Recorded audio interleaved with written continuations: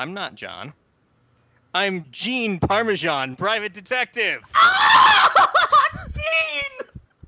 What the hell Hello, just happened? and welcome to the podcast.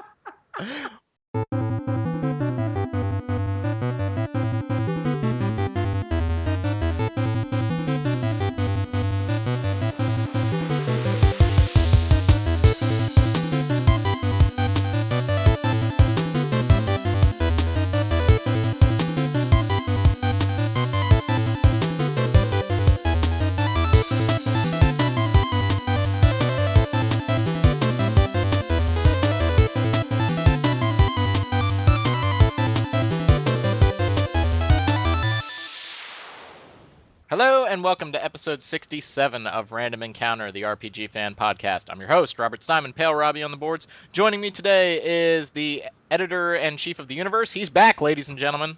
Yo, this is John. You can find me on our forums. My title is John. Cool. We also have the need a funny thing for Steven. Steven, Shin Megami Tensei 4 isn't hard enough. Myrick? Yep, that's him. Hi, Taylor's on the boards. I'm eating chili. Okay, eat your chili. And then Derek Ferret Town Heemsbergen. That's me. Ferretopolis. And I wish I was eating chili, and I'm Embryon on the boards. All right. So today we have two distinct sections for you guys, including regular news. We're going to do a little bit of a discussion on character classes, because I was thinking the other day about how I just seem to pick randomly what kind of character I play in any game, and I just thought that would be a good topic of discussion. And then at the end of the show, we have an interview with some of the guys over who are making Shadowrun Returns. And we did that because the game is due out next week on Steam. I just got my Steam key, and I'm very excited to play some Shadowrun. So, all right. So let's begin the conversation on character classes. I was sitting there thinking, because I was watching a lot of Dragon's Crown videos, and I was kind of making a decision about which character class I wanted to play in Dragon's Crown. And I realized... Sephiroth. What? The guy who looks like Sephiroth. No, I'm probably going to play as the elf, honestly. I'm probably going to play as the elf because that gets to our topic of today's discussion, Stephen, which is we're going to talk about character classes and why we make the decisions that we do when we're playing an RPG. Basically, I realized that I tend to go for a certain type of character, but it also kind of depends on the mechanics at play. So I just thought, hey, let's talk about some character classes. Let's talk about ones that we like, ones we don't like, why we make the decisions we do. And without further ado, I'm going to pass the mic over to Derek so he can tell us a little bit about what he looks for in a character class. All right. So when I'm picking a character, it depends on a number of factors. Of course, it's not like I always say, I'm going to be the mage, no matter what. I usually am. I usually go for magic classes or pet classes if they exist. Pet classes are my favorite. The problem with that is that they're usually the worst classes in games, especially MMOs. Like in Final Fantasy XI, if anybody's played that, I played Puppet Master and Dragoon. And Puppet Master was the LOL job for a really long time until they unbusted it. So I usually go for mages or pet classes. If it's an offline game, I almost always play a girl character. Not because I have a problem with playing one online. I just mean more like it's a game where... Well, it's more like a game where the characters are defined. Like if you play Pokemon, then there's only... there's like a character design for the boy and the girl, rather than a custom character that you make. So if they're pre-made characters, I usually choose the girl, given a choice. I don't know why. I just like playing the girl better. And if it's any kind of game where I can create a character, I always make a male. I try to make him as stocky as possible, because I'm not stocky in real life.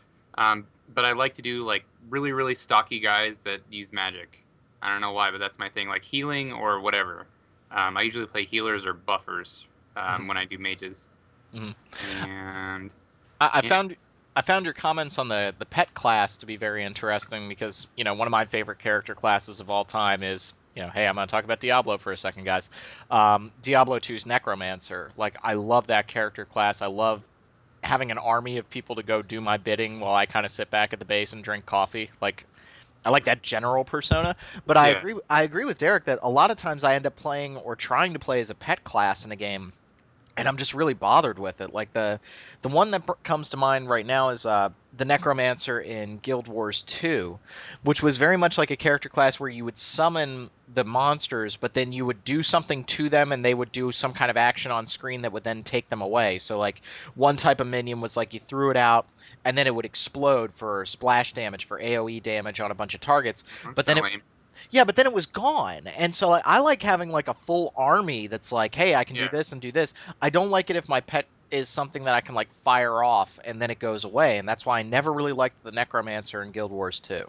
See, I don't like to manage anything that's not my main character. Yeah, So, I'm kind of the same with that too. Like, I feel like after a point, it's like if my pet dies, I'm like, well, I'm just gonna get my ass kicked then. So, whoops.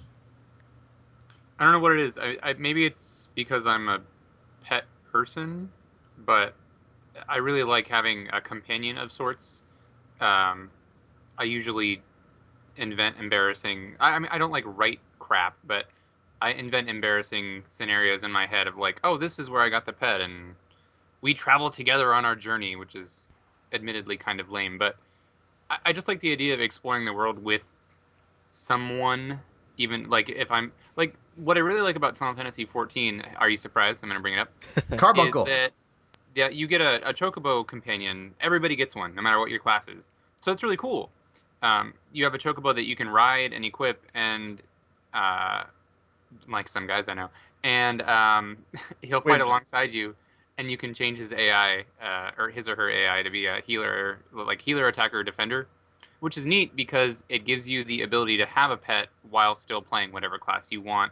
Although I may still go summoner just because I like Final Fantasy summons. So I'll have a mini army. I'll go everywhere with 3 people. I have See, this. On need day. I have this feeling like Derek really liked the Beastmaster as a kid.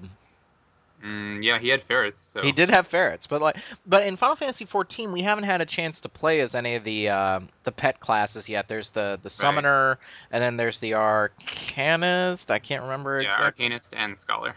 Yeah, and so I'm interested to try those character classes, but I want to see how the pet mechanic works, because if it isn't something that, for lack of a better term, something that I'm not micromanaging so much as I'm having it around me to help me, I probably won't gravitate toward it. Well, you tend to you don't favor this is my one pet, I'm going to spec him specially and do special things. You prefer, I like a horde. welcome to my army. Welcome to my army. They are disposable. Yeah, Whereas I like one pet that's So- that's really specialized. Rob, do you really like Pikmin? I've never played Pikmin. I've always wanted to play Pikmin, and I have never played it. I had the opportunity to pick it up back in the day, and I just never did. I feel like I would love it. Fun. I could spend hours in that game making the Pikmin jump to their death and listening to the funny noise they make, and they'll keep doing it. I used to do that with Lemmings all the You time. guys are Wow. messed up. Also- Yeah, you guys are. Okay, well, those lemmings deserve pets to are. die. They're ugly as crap. Those pets are well, like in Diablo 2, when I got to, what is it? Help me out, Steven. It's Hell is the last mode, because it goes Nightmare Hell, right? Yes. Yeah. So I got There's to no level. yeah, and I got to Diablo, and my minions were so buffed at that point in the game, they just surrounded Diablo, and he literally couldn't break away from them. Like, they just hacked at him, and it took about 15 minutes to kill him, but they just slowly hacked away at him, and I just literally got up and made myself a sandwich and came back. So you were definitely playing offline then, because online they're just like all dead. Yeah, exactly. But it was really fun. My first character in Diablo 2 was a necromancer as well, and I remember I spec'd him really weird. Like, he was using a pike, and he had like a 20% chance to hit, and like I had like 10 points in skeletons and none of the masteries. So like I'd summon all my skeletons, and then like a boss would show up and hit them once, and it would just be and they would all die. Oh yeah, So, the Necromancer was notoriously broken at the start of Diablo 2, because if you didn't get Skeleton Mastery, like Steven's pointing out, you would have a bunch of level 1 skeletons with about 8 hit points. And then you get to Andariel, and she just annihilated all of them yeah, in she one would shot. spit a cloud of poison, and everything would die, including you. Yeah, and it was just, oh, okay, that's not fun. So it seems like pet classes are more like Derek and my thing, but it kind of depends on how the pet class works. Yeah. But Steven, I know you because we played a lot of games together, and it's like pure magic user for you.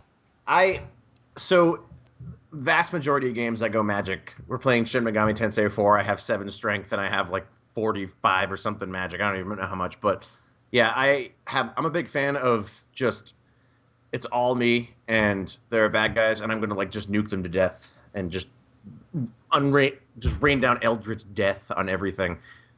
Although interestingly, I do occasionally change it up. Like I play a healer in Borderlands, and I really enjoy doing that, and it's actually making me want to kind of try a healing class in Final Fantasy XIV, even though the Thaumaturge, like the Black Mage type class, has a really cool dynamic, and it's fun because you do a ton of damage, but they have wrinkles in there that are cool. And then whenever I play like Neverwinter Nights or like a Dungeons and Dragons game, except for Baldur's Gate 2, I always pick a paladin because I just find that within the context of that setting, they're such an interesting character to play. Because normally, like with a paladin, like in WoW or in a lot of modern games, the paladin's just, I'm a tank that can heal. I don't do very much damage, but I can heal. Whereas in... Good? I was just going to say, I've noticed that people who tend to play tank classes tend to be the type that really like to take charge and sort of direct the flow of combat, like in MMOs. Because yeah, well... and I noticed that when I was playing 14 beta, I tried Gladiator because they don't have Arcanist yet. And I did a couple of the dungeons, and I really enjoyed being the person who was like, okay, we're going to go into this room now, so get ready, and telling everybody, go here, attack this.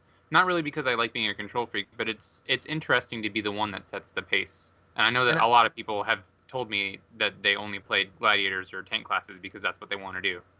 And I think that's interesting, too, because Mike and I did a dungeon, and he found that he's like, I'm in the thick of the fight. I can't see what's going on. So I was actually being like, all right, go hit this next. And because I'm standing far back, because I'm managing the crowd and putting stuff to sleep and then shooting whatever Mike is attacking.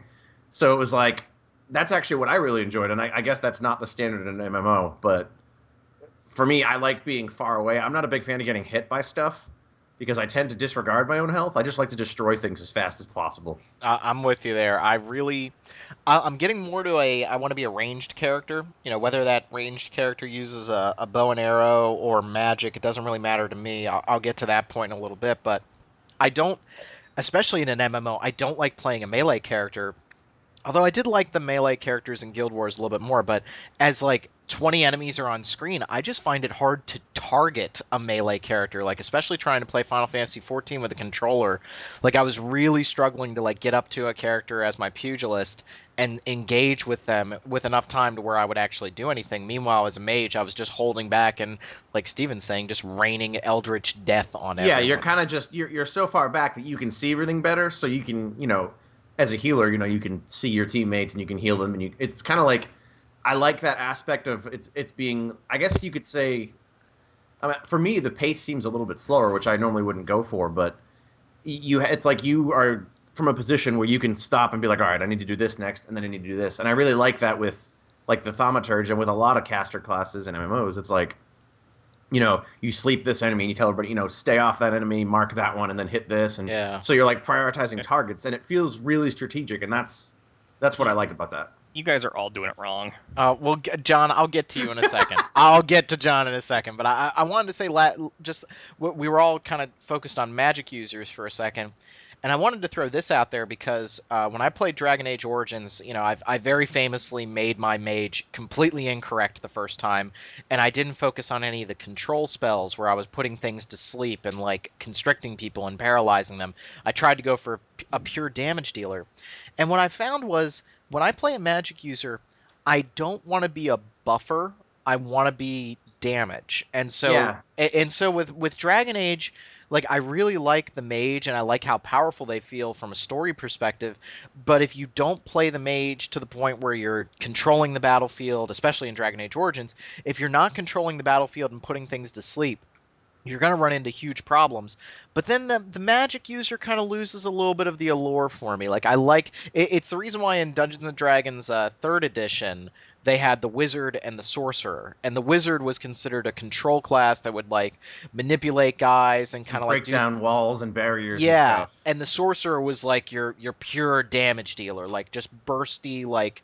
That's why a wild mage was really cool, because you were just like an explosive font of energy. Yeah, and I kind of like that a little bit more than the buffer, but I think that also maybe goes to like my own personality type, where I don't. Maybe this is why I also don't like MMOs that much, but I'm really excited to try 14 is because I tend to want to do things on my own. I'm kind of a loner. I don't like to to buff other people and make them better. I would rather just get it done myself, if that makes sense. Yeah, I think like in Borderlands, my character, early in Borderlands, anybody can just do whatever they want. But when you get to like super bosses and stuff, you really have to kind of, you have to have like, first of all, you have to have a siren because they can heal and you can revive from far away.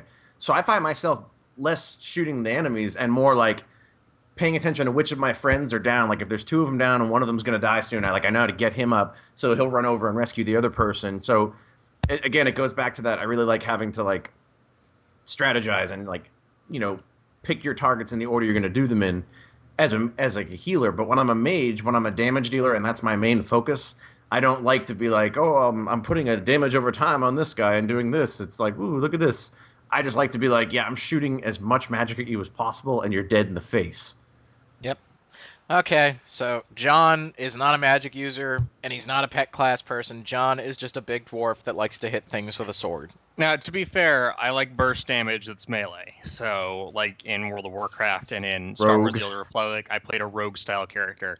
Chances are, if I'm playing a single-player game, though, I am choosing the big damage dealer melee warrior guy. Because that's the only way to play.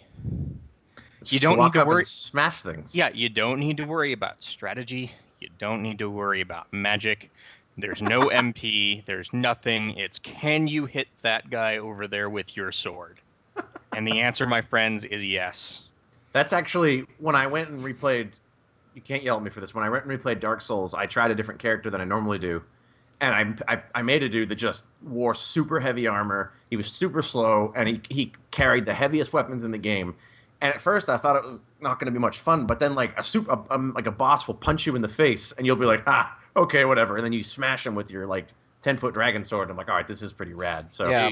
I could definitely see the game allure. that shall not be named. It's on sale on Steam today for $7.50. So Yeah, all the people listening to this podcast several days in the future, it was on Steam sale today. oh yeah. Well, no, it keeps coming back up to. No, I'm more to- telling you yeah. for me. I still don't own it. Remember we Yeah. talked about this.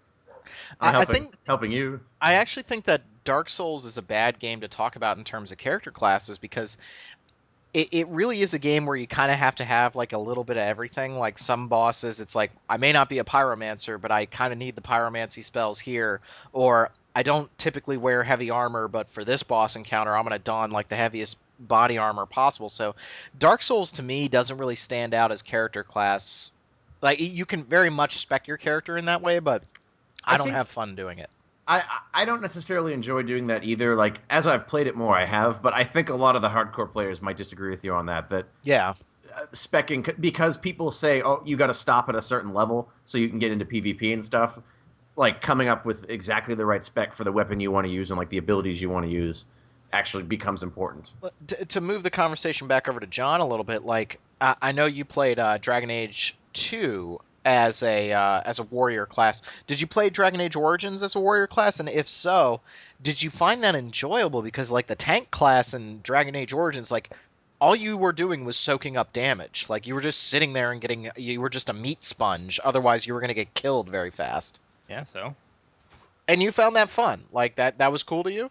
John's like- like, John's Did- like, did what's you- the matter with that? Yeah, exactly. No, I have no problem tanking. Like when I play an MMO, I'm either playing a tank or I'm playing a melee DPS. And in the great majority of times, sometimes those are hybrid classes. Right. especially now, yeah. Like I know in Lord of the Rings, the burglar was a burst damage class, but also kind of like I he remember. would stun people. I remember this was gonna really show how long ago it was that I regularly played WoW, but we were going through Naxxramas, and not Wrath of the Lich King Naxxramas, but like real vanilla Naxxramas. And I was playing my rogue, and I tanked Instructor Resuvius for a good minute. And I know that you tanked for a minute, but that boss destroys you. It was just I built for dodge, and I enjoyed that. Yeah. I'm going to say I'm impressed without knowing the full details of that accomplishment. Good job. I actually Yeah. wanted to ask because I was the only one that touched on it. Do you guys tend to play male characters always, or do you play female? Or I typically go for male. And that's not for any other reason than, and that gets to the point that I want to bring up in a little bit, which is I think the story and the role-playing aspect of it is also very important to me. I want to get there, but I guess I tend to, if there's a choice between male and female, I'll go male because it makes me feel better it makes me feel like I'm inhabiting the role easier. But if it's a female only character, then I don't care. Like in Dragon's Crown, I'll most likely play as the elf, and I have no problem with the fact that she's female. But if there was a male option, I would probably go with the male option just to make me feel like I'm the character because, I'm not a woman. I know, So- shocker, but That's you guys kinda- want you want me to sound like an asshole here? Oh boy, here we go, John. So if I play a single player game, I tend to play a male character, but I'm happy to play female characters. I played a femshep. But if I'm playing an MMO, I will play a female character 100% of the time because you are treated better by the community. I've heard that's honestly the case. I don't remember who I was talking to about that. I was talking to Mike or something, and it came up on some live stream we were watching where the guy was like, yeah, I usually play as a girl. He's like, because people tend to be less of a pain in the ass. And I'm like, that is... There's also the flip side to that, which is where people go like, "Can I have your phone number? Are you?"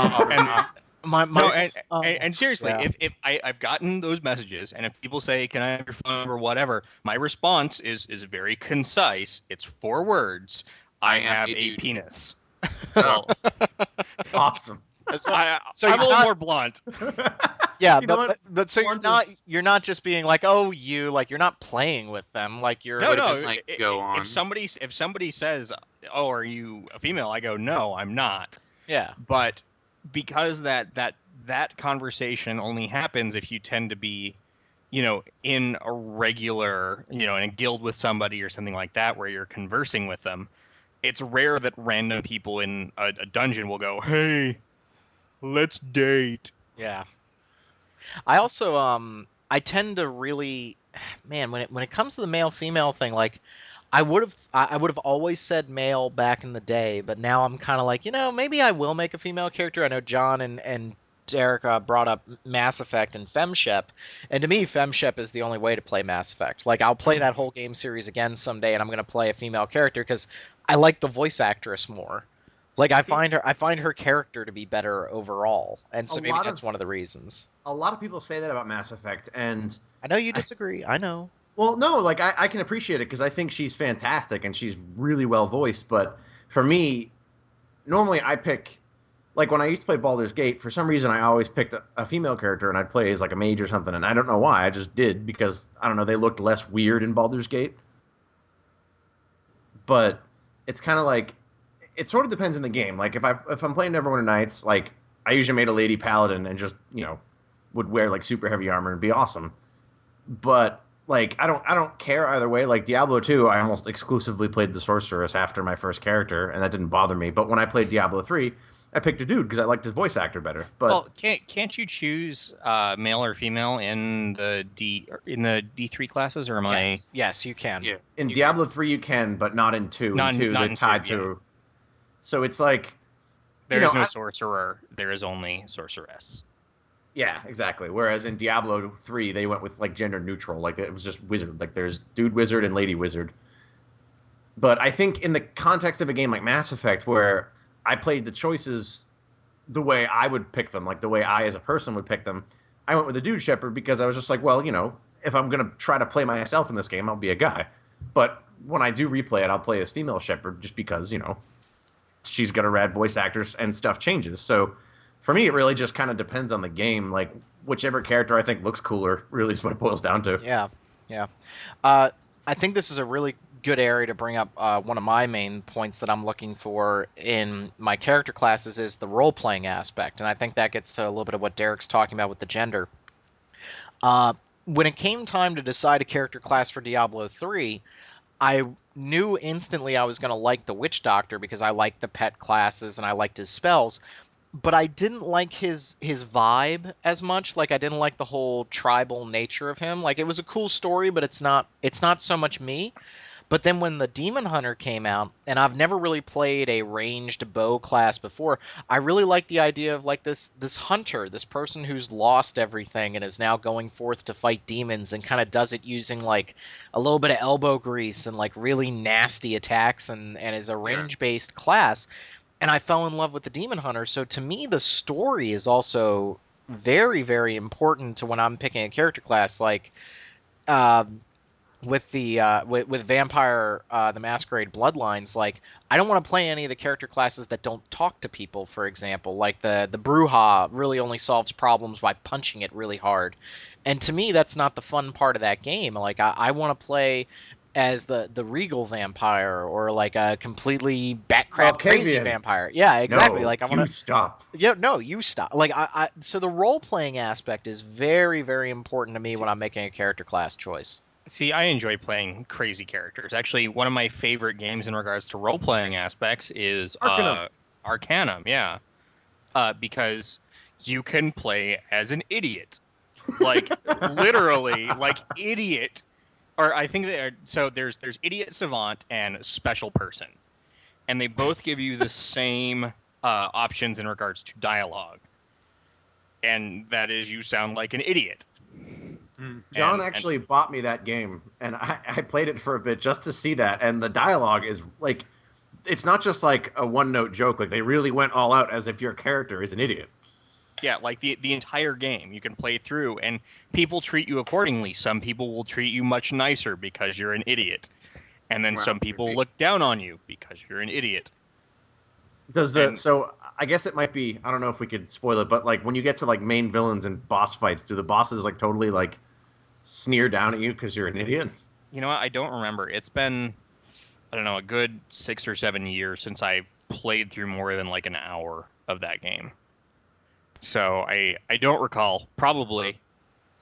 But I mean, the Fallout games were the same way. Where if you the old Fallout games, not 3 Not- in New Vegas. not 3 in New Vegas, but if you play Fallout 1 and 2 and you assign your character an intelligence of 1 or 2, And they have special dialogue options. yes. Yeah, and it was like that. That's another reason why I don't want to take us too far off topic. I really like. We're sort of talking about classes, but there are a lot of games too where you don't pick a class, but you build. You build an archetype, like in Morrowind or in like Fallout. You're not a class; you're the sum of your skills. And in those kind of games, I think it's interesting to think of like what kind of skills you pick and how you like to play too. Because Fallout did a really good job of like changing it up for that. I know what kind of skills I choose. Smashing skills. Smashing skills. Like when I played Skyrim, my character had like 100 one-handed weapons, and his barter was like 12. Derek, what about you? With the role playing aspect, is that an important part when you're making a character class choice, or not so much? Yeah. It depends on the game, but like for me in MMOs, a big part of it is if I like the lore associated with the job. Mm-hmm. For Puppet Master, it was more than just the idea of having a pet. It was like, it's really cool to have a little customizable robot that looks kind of like Vivi, and I appreciated the lore Yes. that had to go with it because it was cool. It was just like there's an automaton workshop, and you like you go recover a broken automaton, and they repair it for you, and so when it boots up, like you're its master from then on. And then a lot of the stuff with the automaton technology connected to Alexander, like the summon, because spoiler, in Final Fantasy XI, Treasures of Vat Urgen, the final fight is actually against Alexander because he's like part of these undersea ruins, Mhm. or he's like some kind of guardian, basically. So it was cool because the automaton technology tied into Alexander, and Alexander's my favorite summon. So yeah, the role playing does definitely play into it. I'm So really you must glad have that liked Final FF9. I'm really glad that Final Fantasy Yes. XI had a good story, because I couldn't get to any of it after sitting in Yatunga jungle for hours makes and sense. hours on end. Yeah, Yeah. I used to get so jealous because I had a friend that had a high level character, and like I tried so many times to get further into that game because I Oh, kept it's- hearing how good the story was. It's And I'm got like, a "Ugh." ridiculous barrier of entry, and I really think Square Enix would be smart to, like, a lot of people say that they should re-release it as a single player game. I don't think they should because I have no idea, like, I don't know. I don't think that they should spend their time on that, but I do think that they should release some kind of official compilation Blu-ray or DVD that shows all of the cutscenes in a reasonable manner. It would be cool if they budgeted voice acting and stuff, because there is really cool story in 11. Each of the storylines actually has a lot of interesting things going on that oftentimes ties back to older FF games. And I'm in the middle of Seekers of Adeline. I still need to pen at least one more review journal for it, I deactivated my account after I did the first review, and then I reactivated about a week ago because there was an update and they added new stories. So I was like, okay, I'll go check this out, and it's literally like half an hour of story. Mhm. But there's some interesting things going on in it though, with the World Tree Yggdrasil, and like the Wings of the Goddess, the last expansion had Kate Sith as a major plot element. He was kind of like Kate Sith and Atomos, the summon with the giant mouth that sucks things up. They were the two big things. It was all about distorting time and stuff. And this one's about the World Tree and how the roots are like poisoning the land or whatever. That's not really relevant, but yes, role-playing factors into my decisions. Go on. That's actually interesting too, because a lot of games don't bother to put lore into their character classes. But I'm going to bring up two that I don't think Derek likes, but the Diablo series and Borderlands both, especially in Borderlands 2, you'll find there's a lot of backstory behind the characters. Like whenever they introduced the two new classes that came out as DLC, the intros they were like 10-minute story scenes where they showed like, this is why the Psycho is crazy, and this is, and you know, and like it had like. I thought you didn't like Borderlands. No, you like Borderlands too. I do. We were talking about whether or not we should cover it on RPG Fan, and I lean towards no, but I think it's a good game. Oh, okay. Well, in that case, yeah, you probably would like it because every class does have a story. Like the Psycho actually has a really interesting backstory of, you know, ah, crap. Obvious. Sorry, I'm playing Animal Crossing and I just missed a shark. Go on. Sharknado. There was a Sharknado in my town. But yeah, like you throughout the game, you'll get like little like recorders of your character talking about their life before, you know, before the things in Borderlands happen. And so like the Psycho has this really cool thing going on where it's like he's not actually insane in his head, but because he's been like, you know, mutated and screwed with, he, you know, what he says externally doesn't match up with what he says on the inside. So he's like this prisoner in his own body thing. So like in his little story trailer, he sees the Siren character and his head is going, oh, she helped you out. That's nice. Go thank her and shake her hand. And then the guy jumps through the air with an axe screaming, I have the best meat bicycle, and starts like smashing things. So and as you're playing as him, it's really cool because like if you're standing still, he'll say something kind of calm. But then if you start running around, he'll be like, I can't break your neck if you don't have one. Stop having no neck. So, and all of the characters have like a lot of backstory, and that actually made it more interesting for me playing. I'm like, oh, that's cool because now when things happen within the world, you're like, oh, I understand how my character figures into this. And they did that in Diablo as well. It was about as pushed to the side as you could, but it was still cool. Like your dialogue would change. Like, you know, if you're a necromancer in Diablo 2 and you talk to the guy in Kurast, he'd be like, damn it, I wish you people, oh, you're a necromancer. And he would have like different dialogue. So I definitely like it when the game doesn't just assign you a class and then forget, and then, you know, refer to you universally as the same thing. Yeah, no, I agree with that. What do you guys think about like mechanics? Because I know I tend to really like stealthy characters. I really like to use character classes that, you know, are stealthy, and I'm coming around behind people and I'm being, you know, a real sneaky jerk and getting sneak attacks and stuff. But I find that I only like to play as those kind of character classes in games where the stealth mechanic is really good, for example. Like I think in Skyrim the stealth mechanic is actually really, really good, and I like sneaking around environments and you know, putting arrows in people's backs. But then in Dragon Age, like the stealth mechanic is you go invisible and then just reappear behind somebody. And so it's a very hands-off approach. So do the mechanics of a game ever really influence the character class that you guys are playing as? No. You just hit things. Like every game has a good, well, usually the hit things mechanic is the best mechanic in the game. Mm-hmm. Like few games are like, man, we're gonna make this have really good magic but really bad melee. It's, look, people are going to hit things, let's make them hit things. Yeah, usually I can agree with that. With yes, the hitting things. Because when I play, I like buff classes, but I hate when you have to reapply buffs all the time. Bard drove me crazy in Final Fantasy XI, and I got stuck playing it forever. I like the idea behind the job, and I like the idea behind buffing my teammates, and I like the idea behind being a bard in terms of lore. But I did not like having to actually reapply the same spells every 5 minutes real time or less. Be glad that you weren't a paladin in WoW, because paladins early on, one of their buffs was 2 minutes, and then the greater version was 5 minutes. Yeah, I hate that. So mechanically, yeah, it does factor in. Like, even if I'm totally in love with the way it's presented, if it sucks to play, then why? That's kind of why, like, I'm really in love with. They added it. It was like really awesome when they added it. They added Sonic to Smash Brothers, and then he was terrible to play. So no matter how much I liked Sonic, I couldn't play as him. Not totally related, but Yeah, it's still. I love playing. No, go ahead.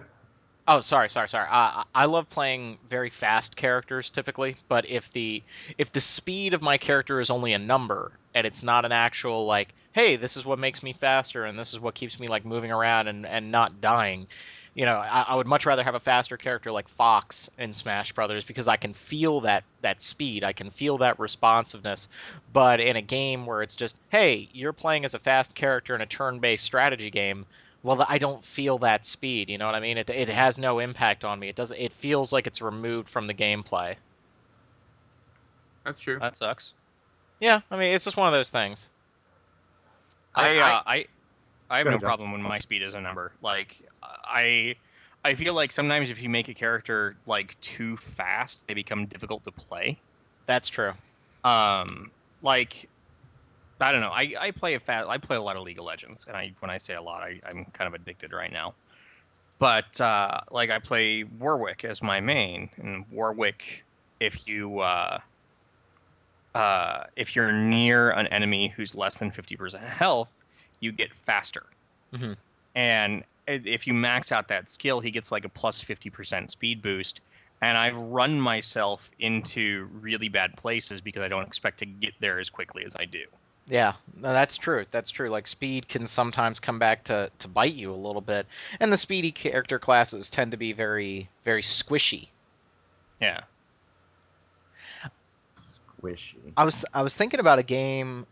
One of the reasons I decided to do this topic was because a game just kept coming up in my head because I don't see how anybody can play it any other way than I do, which is Mass Effect.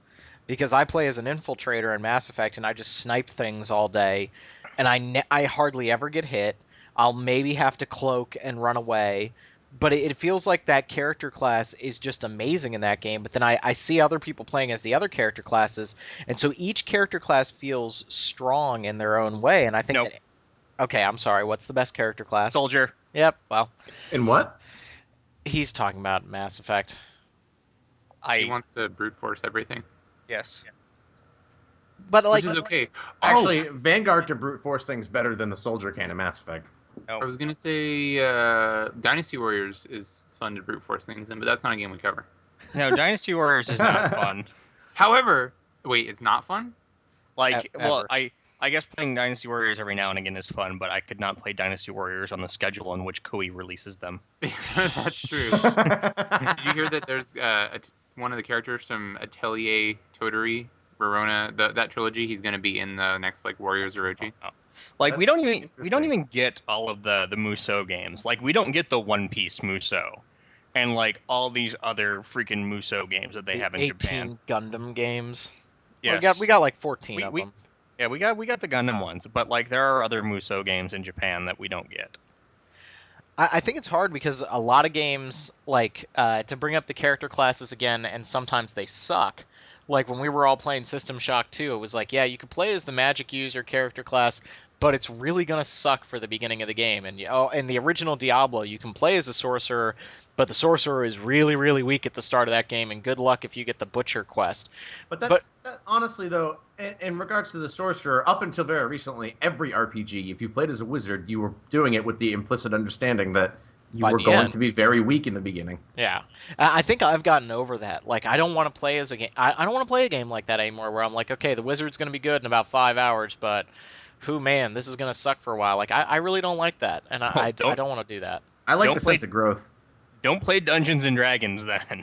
Yeah, exactly. Well, no, because in 3rd and 4th edition Dungeons and Dragons, like the sorcerer, the magic user classes are strong from the get-go. No, like not like They don't When you- reach godly status. when you can roll a wizard that has 2 hit points.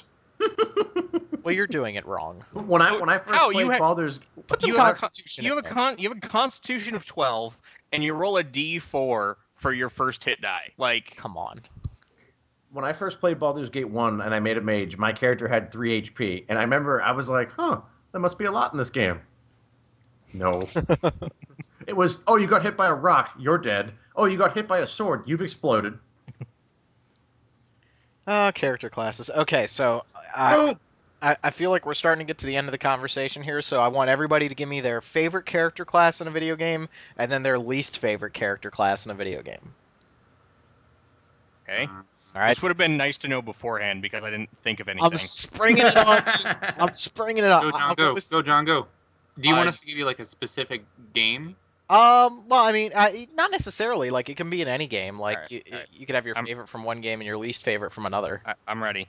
All right, you ready, John? All right. Yeah, my least favorite class is let's go with Summoner from Final Fantasy XI or Hunter from WoW. And my favorite class is Farmer from Etrian Odyssey 3. Oh, shut up.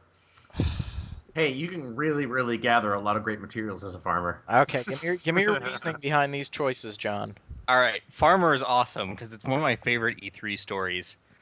Where I was talking to Alice's PR guy at E3 years and years ago, and he was showing us Etrian Odyssey 3, and they were showing us the new multiplayer options, and we were going to go fight a boss, and he chose like a ninja, and it was me and Kimberly chose a warrior, and then I had like 5 classes, and I chose a farmer, and it's the only time I've ever had a PR person swear at me. You did pick Farmer, I picked the farmer, and we lost.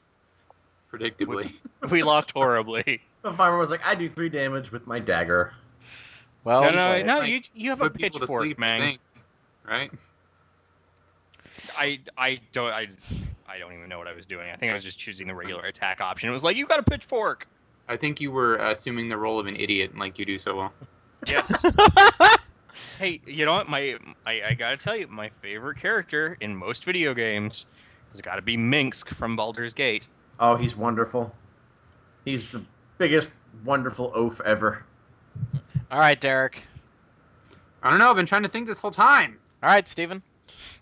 So I'm going to start with favorites because I haven't thought of a least favorite yet, so we'll come to it. But I'm going to pick 2 favorites. One of them is the Vanguard from Mass Effect 2, and then especially 3. Because all that stuff I said about being strategic and planning, I love doing that. But by the end of Mass Effect 3, you're literally like 2-3, 2-3, 2-3. You're just smash. Oh, shoot that guy with the shotgun. He's dead. Okay. Nova. Oh, enemy shields. Oh, look. Charges recharged. You're literally just like a whirlwind of death. Like nothing can stand up against you. Especially if you're like...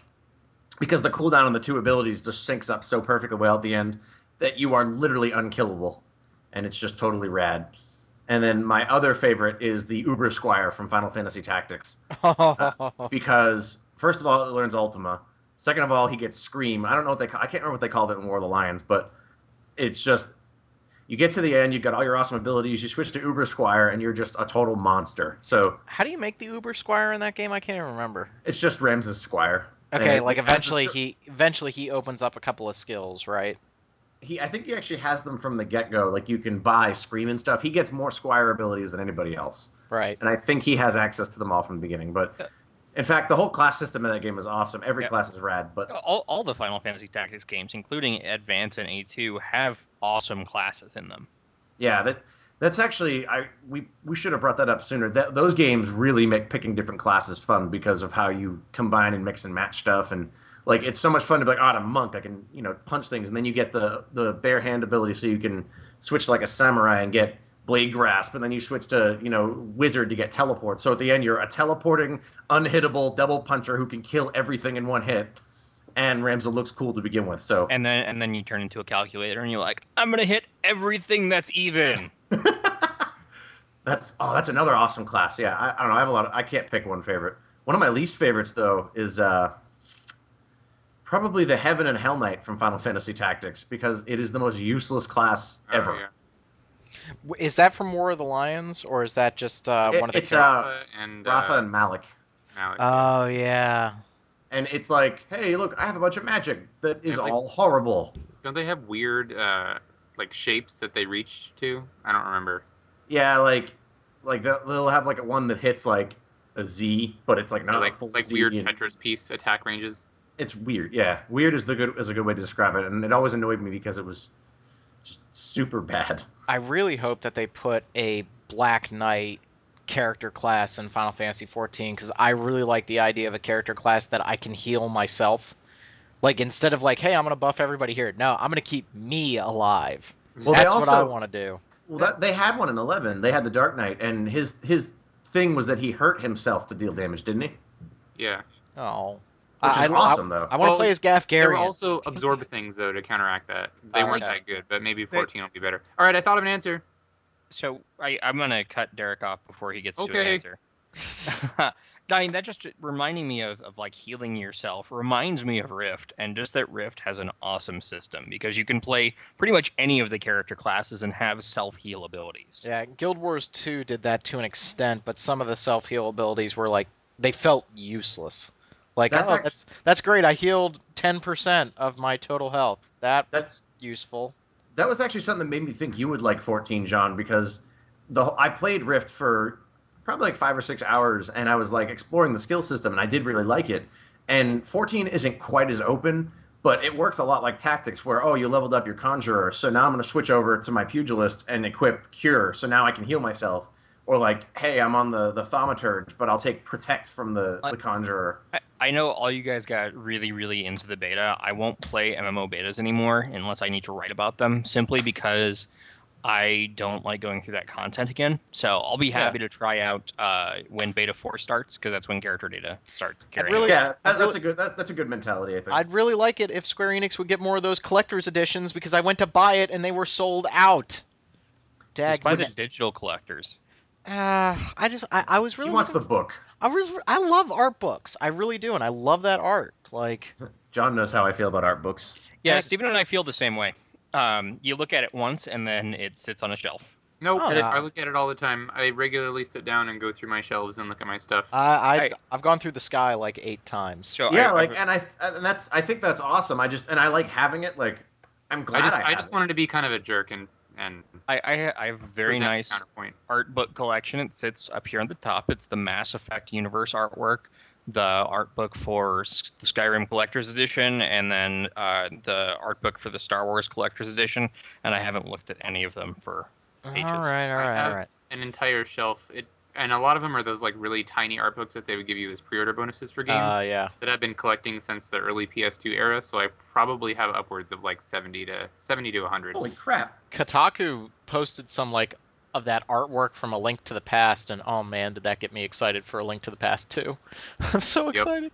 All right, Derek, we've been putting you off long enough. No, it's okay. This actually goes a little bit against what I was saying earlier, but, well, in one sense. So Puppet Master, I really, really liked. I don't know what it was about that job, but it really captivated me. I liked the little robot dude. I liked the way it looked. I liked the way the armor looked. I liked the concept behind the job. I don't know, but I loved it. And I also really liked Dragoons, even though they were also not great in 11 for a while. But I liked Kain. I mean, I think everybody liked Kain, really, in FF4. So if I have to play a melee class, I always go with a spear user. So they have Dragoons actually in 14. So I'll probably I have a level 50 Dragoon in my Legacy account, so I guess I'll use that.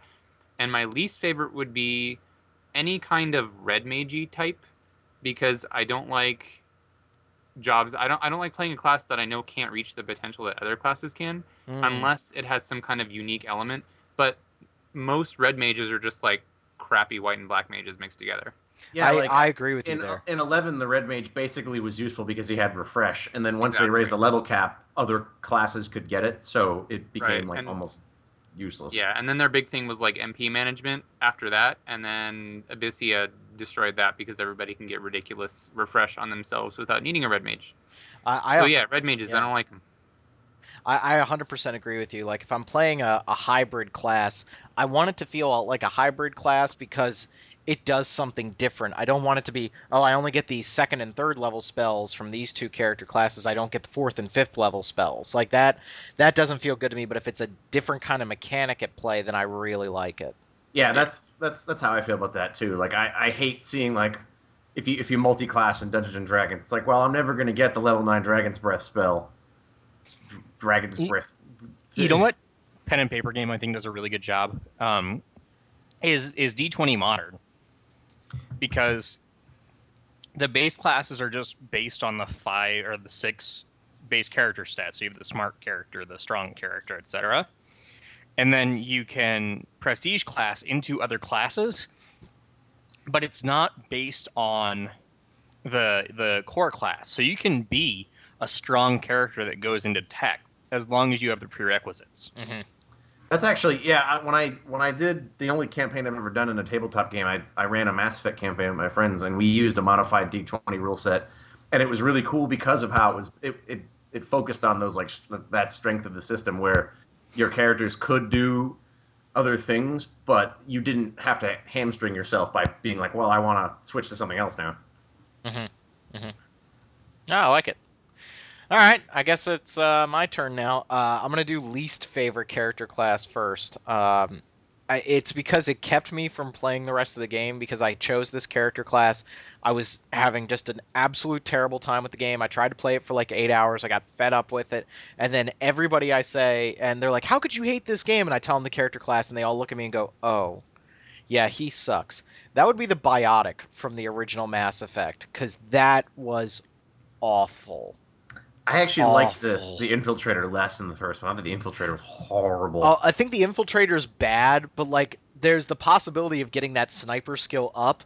But the Biotic, I was like, wait a minute, what you're telling me is I can push this thing on the ground and I have more of an opportunity to shoot it with my dinky pistol.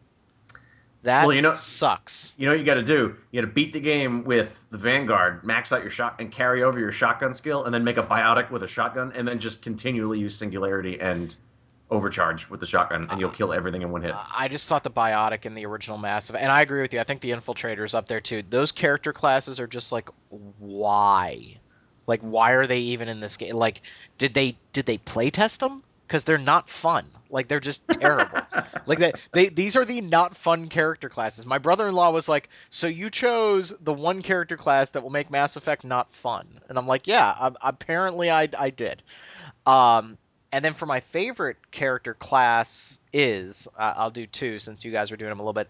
I got to throw out the Malkavian from Vampire the Masquerade Bloodlines. That was a funny class. Because of the awesome dialogue options. And again, if you're playing that game for the combat, you're doing it wrong because the combat is terrible. But if you're playing it to interact with characters and like use your special powers to get unique dialogue options, it's awesome, and the Malkavian does that better than any other character class. Most of the characters, just when you say something crazy, they go, okay. Like, they just get really scared of you, and that's awesome.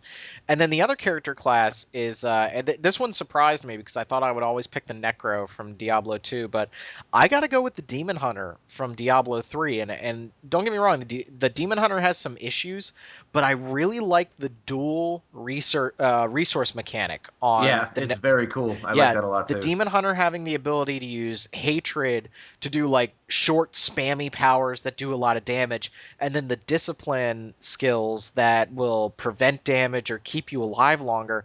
They said before that they wanted to get away from mana use in Diablo 3 and they wanted to make each character class feel different. I think the only one that they got right was the Demon Hunter. Like, the Barbarian's cool and he builds up his rage and then he uses rage skills. The Monk is kind of a play on that, except he fills up with spirit.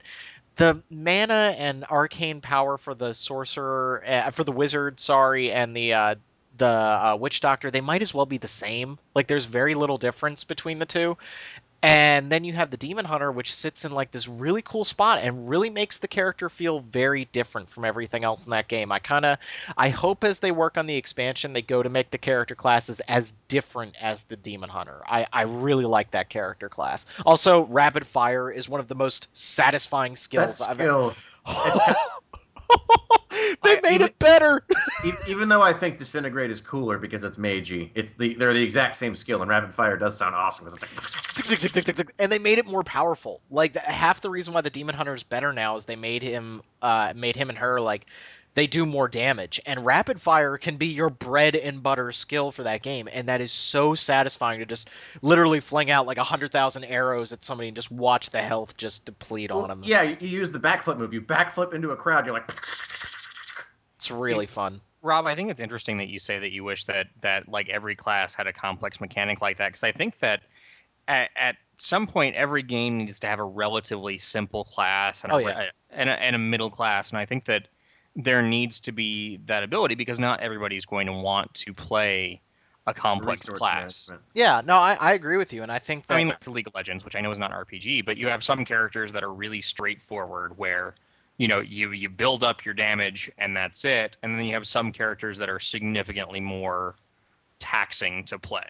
Yeah, and I think the Demon Hunter, what just makes it fun is that it plays not only into the mechanics of the game with the hatred and the discipline, but it also really plays into the story of this character, which is that, this character has a lot of rage and wants to go out and hurt these demons, but they also have to use the discipline in order to keep them alive. Otherwise, they'll just flame out. And that gets to all of the elements I've talked about with why I make character class choices. It's a fast character, it's a ranged character, it's got a cool mechanic behind it, and a cool storyline.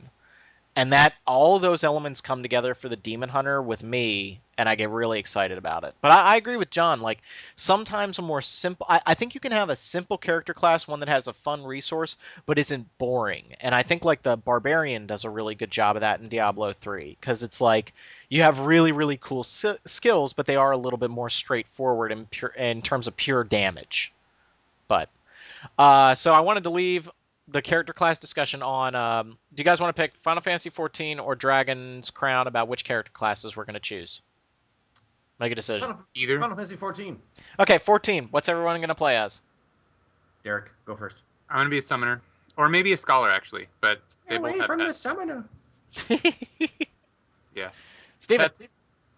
I'm going to start out as a thaumaturge because the resource mechanic is actually kind of awesome. Yeah, And I think I'm with you on that. I'm going to probably dual class with Conjurer for as long as I can. And then eventually I'll probably decide to be a healer or a damager. John? Monk? They Okay. do Correct. pretty cool stuff. They like The monk flip is around cool. like a crazy person. Yeah, the monk is really cool, and he's got like this cool combo system built in, which makes it like I tried playing as a gladiator, and I was just bored to tears. Like it was John, just, I think John might like the Marauder because you get a giant axe and you smash people with it. there you go, That's good. John. I played a monk in 11, and I enjoyed it. And then for Dragon's Crown, what's everybody thinking about? Sephiroth. You mean the wizard? I'm gonna go opposite, and I'm gonna be the fighter. Really? Yeah, well, because you guys like Steven wants to be a magic person, you want to be the elf, and I assume Mike will play with us. I don't know if John will. I was kind of surprised because the fighter looks very fast. Like his character looks really like stocky, but he looks really fast in combat. I was kind of surprised by that. Yeah, I'll be the fighter or the Amazon. John, for Dragon's Uh, Crown, if you say the sorceress, I'm gonna. I don't care. Okay. Like I'm being really honest there, but Not they're all interested. going to play relatively similarly, and it's a beat 'em up. That's true. That's true. I gotta say, because I was listening back to one of our old episodes, and we were talking about the sex and games debate and about the Dragon's Crown art style, and I watched one of the latest trailers for the game, and I didn't see that there's one picture of the sorceress eating a meatball, and you can imagine where it goes, and it's like one of those Catherine Wait. What? photos. Yeah, she's eating a meatball, like she's eating a spaghetti, and like she picks up a meatball with the fork. Imagine one of those pictures for Catherine, and like, I'm sorry, but that's just juvenile to me. Like at that point, now she really is just an object, and it just really frustrated me. It's sort of exactly what I expect from Kamitani at this point, though, because especially having played Muramasa and seeing the art for that game, I mean, they're not hiding it. Right. They're very open about it, and I guess bluntness is appreciated, but I still think it takes away for me. It takes away from me appreciating that art because I look at that and I go, "This is I weird don't know, and like- kind of perverse."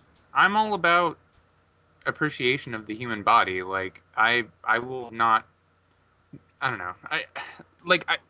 Everybody looks at porn, but having it in a game and trying to pretend like it isn't just sexualized is kind of weird. I just made the mistake of without safe search on typing in Dragon's Crown and sorceress, and yeah, that was good job, Rob.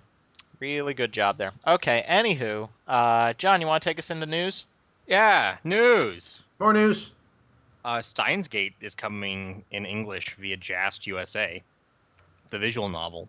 That's Steins Gate is a interesting. good show. Yeah, it was a great. I think the show is based on the visual novel, right? Yeah, I think so. I will Yeah, play that 'cause for sure. It's a really cool story. You might actually like it, John. I wouldn't say it's exactly like VLR, but as a visual novel, I could see it being as interestingly done as VLR. Oh man, I finished VLR. My mind is blown. Good You lord. beat it, really? Yeah, I beat it. I Go did you. everything. I really did like it, but I gotta say, if you can pick up the Vita version, because I ran into a lot of problems on the 3DS, not just the save glitch, but there was one part where I couldn't see one of the puzzle screens. The puzzle screen just went away, and I couldn't bring it back. I remember that, yeah. And I was like, what? And there was another one where like the resolution was so poor on like a picture that I couldn't make out what it was. And so I had to look online to figure it out. So great game, but I would recommend the Vita version of that one if you got a choice. But still awesome. Good lord. Story was incredible. Can't wait to find out more. Yeah, me neither. In 2 years. Yeah. If we're lucky. Tales of Xillia 2 was announced for release, which is interesting since I would have expected Namco to wait on sales for Tales of Xillia 1, but That was definitely a shock. Yeah. we're all for this. I was curious what you thought, John, because a lot of times I know Namco has based, like they said when Tales of Legendia came out, they go, we're not going to release Abyss unless Legendia does well, and I don't think Legendia did well, so they kind of threw us a bone. But what do you think of all this stuff being localized that is most definitely not going to sell 100 billion copies, like Project X? I think that they've probably found where their profitability balance is, where they know exactly how much they need to spend on the localization to sell X amount of copies. To make money? Yeah. Say, because we're seeing a lot of localizations that I would not have expected. Oh, go ahead. I was just gonna say, there's been a lot of growing demand for the Tales games in particular over the last few years, just because we haven't gotten one in quite a while. Before Graces, I mean, there were several years where we didn't get any out here, and the fan base was getting really, really loud about it. So I think, I'm sure it's a marketing decision for sure, but the marketing decision was based on the amount of demand, which went way up from where it was back when Vesperia came out. I think it's particularly telling that they're not localizing either of the Vita ones. Yeah. Yeah, well, they Vitas. yeah, they straight up said, they go, not enough people have Vitas for us to warrant doing it. And I think that's it's interesting to note that pretty much all of the Tales games that they're localizing right now are coming out on PS3. Yeah, I think they definitely know where their audience is. Yeah, well, that's where the most people, like, PS3 is the JRPG system more so than the 360 ever was, and anybody that wants to play a Japanese RPG that's current gen has a PS3 because the system is pretty old at this point. So, what do you mean you didn't like Infinite Undiscovery? No, the game was a piece of crap. But there was an interview with Hideo Baba, and he was saying, they were asking him if he planned on making a Tales game for the PS4 right now, and he was like, no, because we're going to keep it on the system where the most fans can experience it. So I'm sure Namco Bandai is along with that.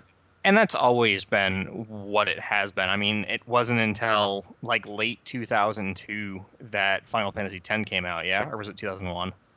Gosh, I don't remember. 2001, I think. I want to say 2001 because 9 came out in 99, didn't it?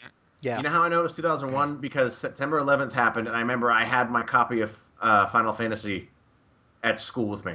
Well, that's macabre. But No, you September couldn't. No, 11th wait a minute. was No, the- you couldn't have had it. I know the class that I found out about the 9/11 attacks in was also a class that I brought 10 to one day because I brought it to class.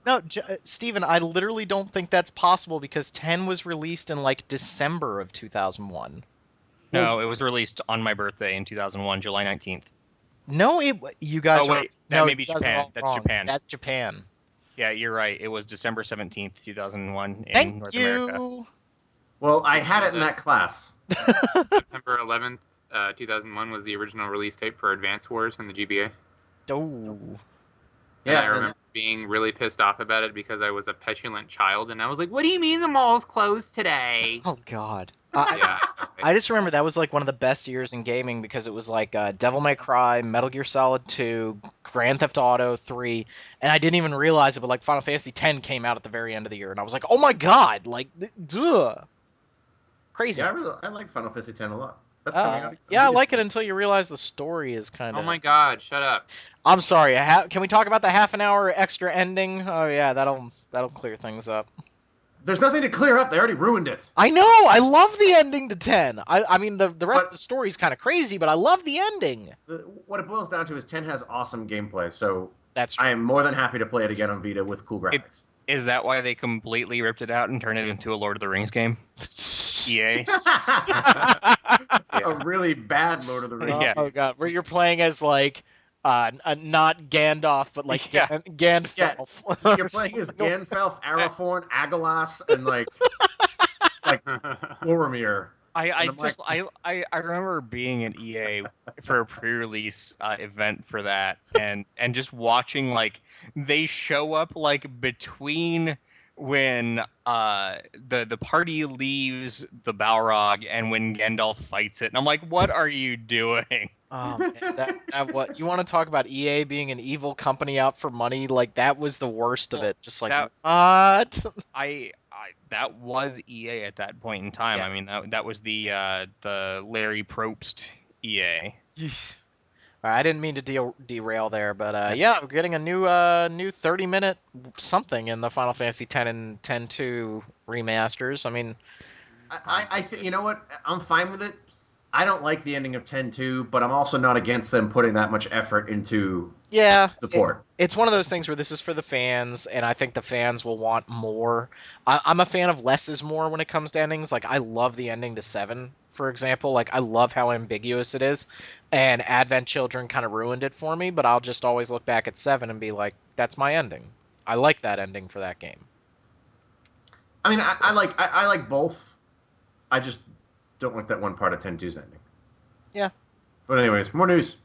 NIS America announced a pair of games. Danganronpa Trigger Happy Havoc, which is a visual novel from Spike Chunsoft, the guys who developed VLR and 999. Though it's from a different team. No.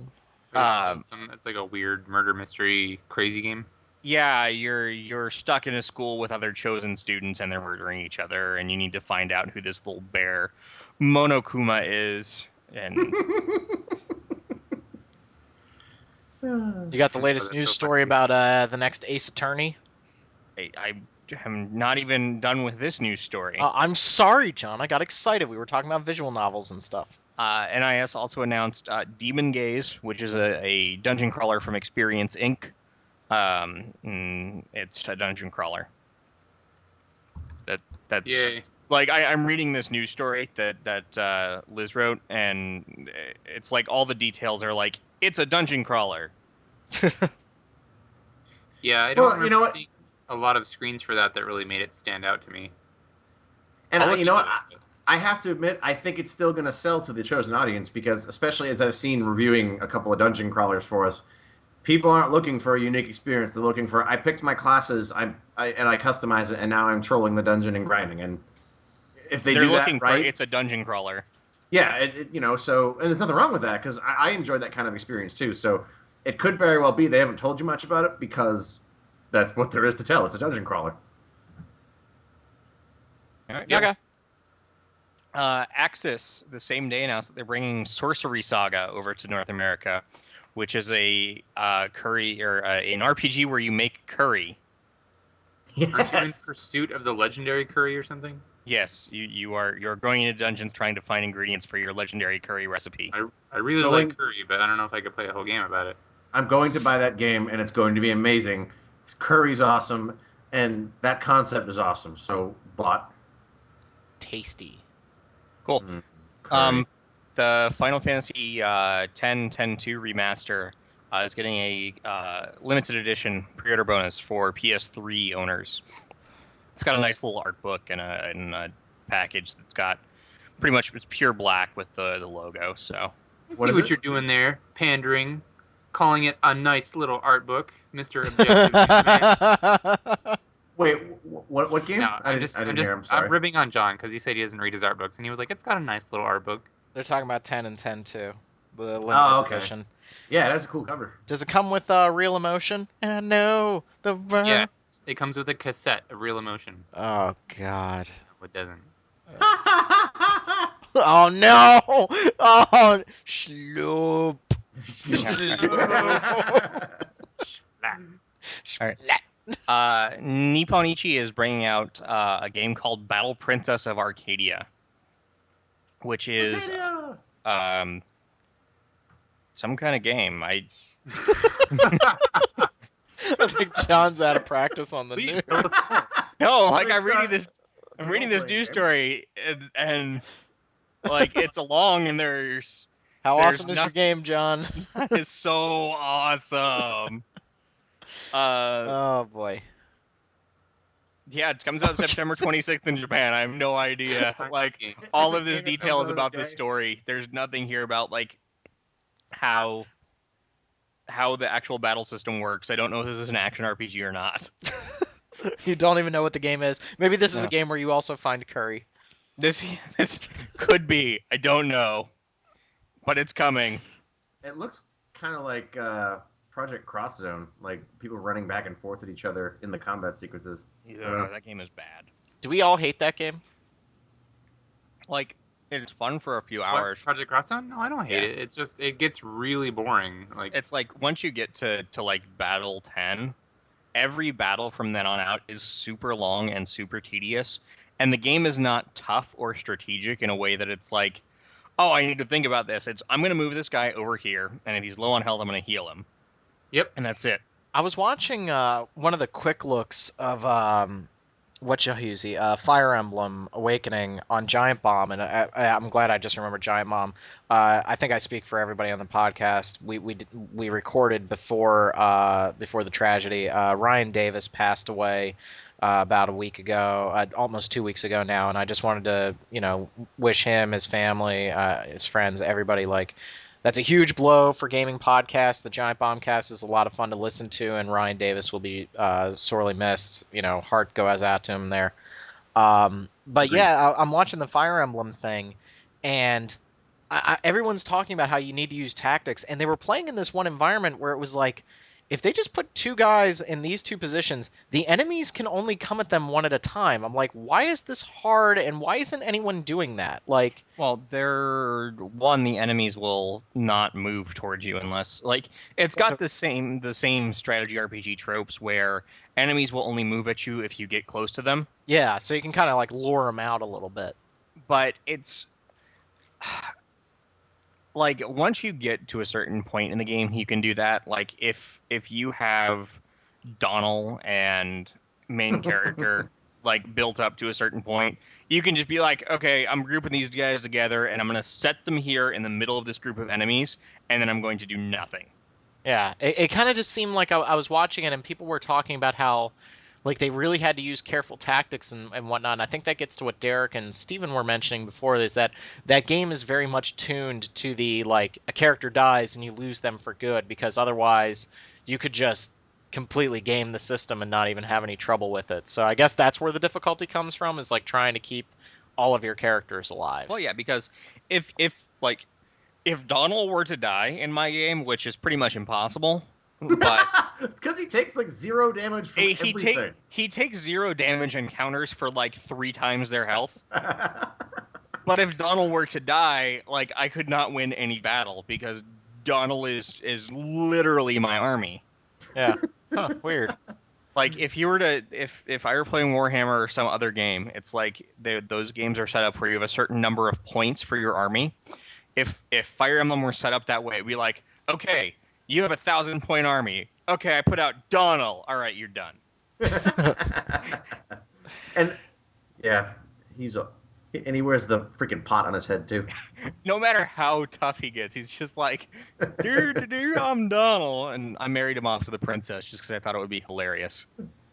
I still want to play it, and now they're doing a $30 eShop. If you buy that and Shin Megami Tensei 4, you get $30 on the eShop for about a month. That's kind of a no-brainer. They reward you for buying good games. Yeah, both those games are fantastic. So if you own a 3DS, buy both of them. Get $30 on the eShop, and it'll pay for most of your copy of Mario and Luigi. Should I get Mario and Luigi or Mario 3D Land? Mario and Luigi. Do you want to play an RPG or a platformer? I don't know, honestly. I mean, well, I don't generally love Mario games, and I thought Mario 3D was pretty fun. I'm really liking Luigi's Mansion, except I don't understand why they had to just like Shin Megami Handheld. Tensei. Well, Shin Megami Tensei 4 does it so well with its like you get to save wherever you want. All they needed to do was drop the mission structure in Luigi's Mansion, and it would be Yep. like a phenomenal game instead of just a really, really good Do one. you remember me saying all this to you? Yeah, no, I agree with you. I was like, oh, I that's remember not you gonna saying it to bother me. I was like, that's not gonna bother me that much. And then after like the 14th mission, I'm like, No, I hate it when games do that because it compartmentalizes it and it really takes you out of it.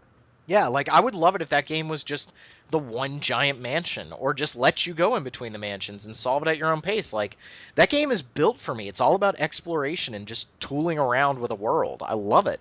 But like, why? Why? You jerks? I don't know. I don't know. Because terrorists.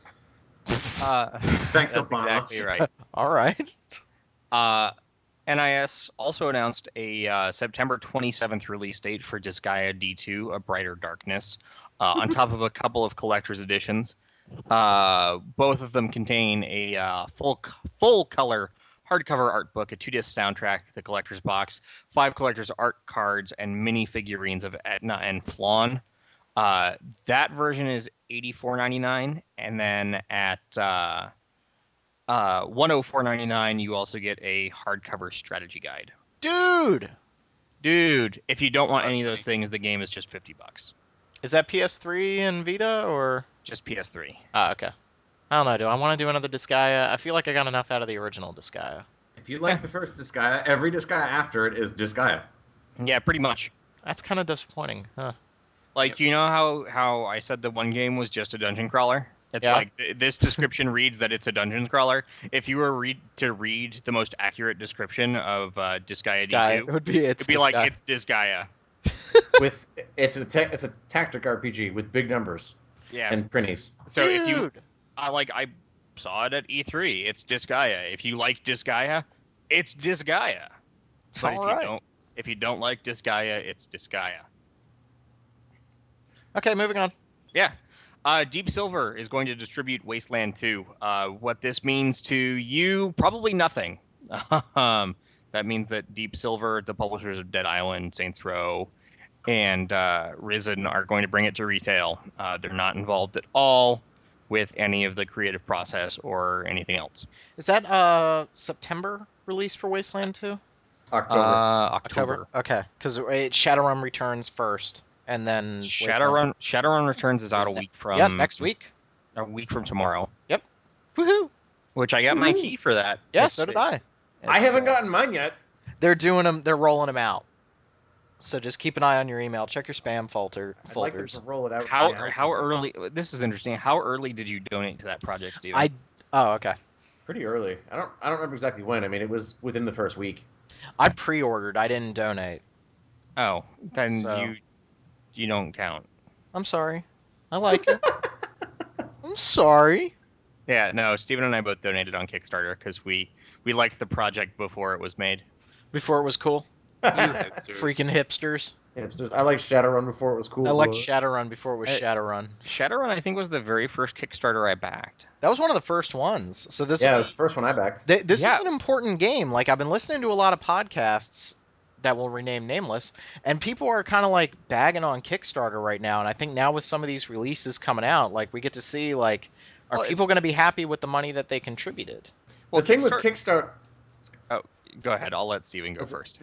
The thing with Kickstarter is that people have to realize that you fund a project that's not a guarantee that it's going to be good. Yeah, it's a Like- gamble. Like, how did they what are people are like Kickstarter's a failure? I'm like, no, some of them are going to be good, like FTL, FTL is Some of them are incredible. and Like, some of them are going to be crappy. yeah, Like, I don't understand how people are not getting this. Like, they didn't say we guarantee this game will be awesome. We said this is what it's going to have, and if it has that and it still sucks, they didn't short you. yeah. you know- How many developers have come out and been like, yeah, our game kind of a 6? Yeah, no. What it comes down to is, Shadowrun Returns made $1.8 million. It doesn't matter how much funding you have. I mean, like, Duke Nukem Returns was a crappy game. Daikatana was a crappy game, and those games had funding forever. And for the most part, the Kickstarter projects are either based on franchises from new teams like Shadowrun Returns is a relatively new developer working on it, or it's big names like Tim Schafer that are getting the money. Game development is a long and arduous process. Yeah. And I'm going to be completely honest, most developers aren't business people. They don't know, like I've read so many like projects and look at the funding and go, there is no possible way you can get anywhere close to this. Yep. Because they just don't understand how much money it takes to make something or how much money you need to appropriate to things. Yep. I won't mention that one Kickstarter that's going to apparently go back up here in a week. Let's see what happens there on round 2. It just makes me think of because some people have laid out, they're like, this is how much money we want and this is how we're going to spend it, and it's completely unrealistic. It's like I saw one for a magazine, and it was like, oh yeah, we're going to need $2,000 for layout for 12 issues, and I'm like, $2,000 isn't going to pay for half your layout artist for one issue. Yeah. I kind of like how the Shadowrun guys did it, where they were like, hey, this is what we have a vision for. And they kind of said, hey, with this much money, we were able to get this into the game. And then other things are like, yeah, we wanted to do this, but we just weren't able to meet it. But they never promised it. And I think that's the important thing. They were very open and transparent about, hey, this is the stuff that we were able to get into the game. And I agree with you. I think saying, hey, if we reach $400,000, this is what you get. If we reach $1 million, this is what you get. No, that's not how it works, guys. Like, and I think that when you donate to a Kickstarter, it's if you put in $200, it's not like, okay, I'm going to get, the super collector's edition of Call of Duty.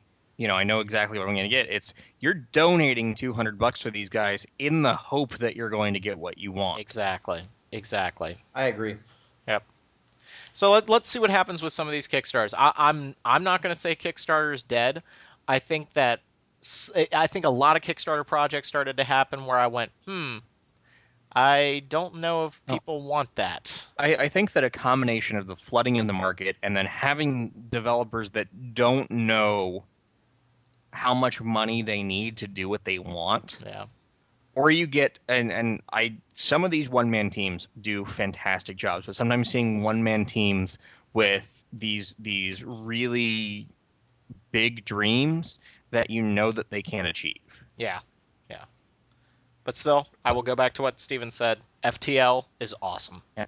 And it's a long process. I mean, I was just looking at Shadowrun Returns. Shadowrun Returns funded April 29th of last year. Yeah. I mean, it's been a while. Yeah. So it's been over a year, and I'm sure that they were working on the project before the Kickstarter went up. Yep. Looking forward to Wasteland 2, though. Looks good. I was impressed with their gameplay reveals. Same with the Shadowrun Returns guys. I think there's good things afoot.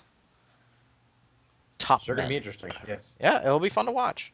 Indeed. Okay, I got one news story left. Okay. House. Etrian Odyssey Untold: The Millennium Girl is coming out October 1st. If you don't know what this is, it's a remake of the original Etrian Odyssey game for 3DS, and it's got a story mode where you've got a preset party, and it plays more like a classic RPG as opposed to a dungeon crawler. If you don't want that, and you just want to play more Etrian Odyssey, draw your maps, fight your dudes, there's a classic mode that will let you do just that. Dude! I think it's cool. I think it's cool they did that. Oh, good. No, I'm. It's cool that I'm not about the feature in the game, and I'm glad that it's coming out here. But I'm personally it's coming out so soon after 4 that I haven't had time to get enthusiastic about it again. Yeah, didn't 4 come out in April of this year? Yeah, it just Yeah. came out. Not too long ago. Yeah, I mean that's literally 6 months later. Yeah, so I don't Wait, know. is I don't Koei know if I'll making pick it this up at game? launch. What? Is Koei making this game? No, It's not it's Atlas again, isn't it? No, I'm making a joke. You Ah. remember how we were talking about Dynasty Warriors Yes. earlier? That's Oh what- yeah, schedule. But yeah, I don't know. It's cool. I'm glad they're doing it. I'm a little surprised it's coming so soon. And I almost wish they would have put their resources into something else, but that's just me being really selfish. So I wouldn't want them to not bring it over just because I'm not ready for it yet. I agree with you. I like to have some downtime between games. Like I'd rather take a little bit of a break in between things and, let my love for that come back and then, wow me with a sequel. Not saying that the sequel's going to be bad, but like, Yeah, like with Dark Souls 2, I wouldn't have wanted that a year or even half a year and a half after Dark Souls 1. Like that's yeah, you got to let your wounds scar a little bit Yeah, before you can seriously. get back into that. you got to have time to develop, like post-traumatic stress disorder and stuff on it. Yeah, you got to go back and look. Yeah, you know what? Lord Gwyn and Orstein and Svel, they weren't so bad. They weren't so bad. Is that it for news there, John? I'm done. All right, so let's wrap this thing up. First off, I want to give another shout out to Derek and Steven's awesome podcast, Rhythm Encounter. You guys got another episode in the works? I think you just released one, right? Yep. We released an interview with Ivy Tran, who is the composer behind Soul Saga, which just got kickstarted, and Cryamore, which got kickstarted a while ago, and some other cool albums. So yeah, that's our most recent episode. Cool. And then, as always, make sure to subscribe to us on iTunes or through the RSS feed. We're at 48 reviews, guys. We're at 48. Keep coming. Let's get to 50. We're going to get there. We're going to keep saying it, but every single review that you guys leave helps us. It really does. Yes. It'll bump us up. It'll make us more visible. So we appreciate it. Please keep doing it. And we love you. Yep. And Unless you have bad things to say, in which case, shut up. And every time you don't give us a friendly review, a demon dies in Shin Megami Tensei, I guess. We'll go with that. By the way, my favorite character in 4 is Steven. Because his name is Steven. No, because I like his character. What do you think? I'm shallow? Does he have a God. cool chair? Team Walter, man. Team Walter all the way. Team I don't ever Walter. go chaos. Right, John? Team Walter. Team Walter. Team Walter. Yes. So thanks again for listening to Random Encounter. What follows now is our interview with some of the guys who are making Shadowrun Returns. So stay tuned.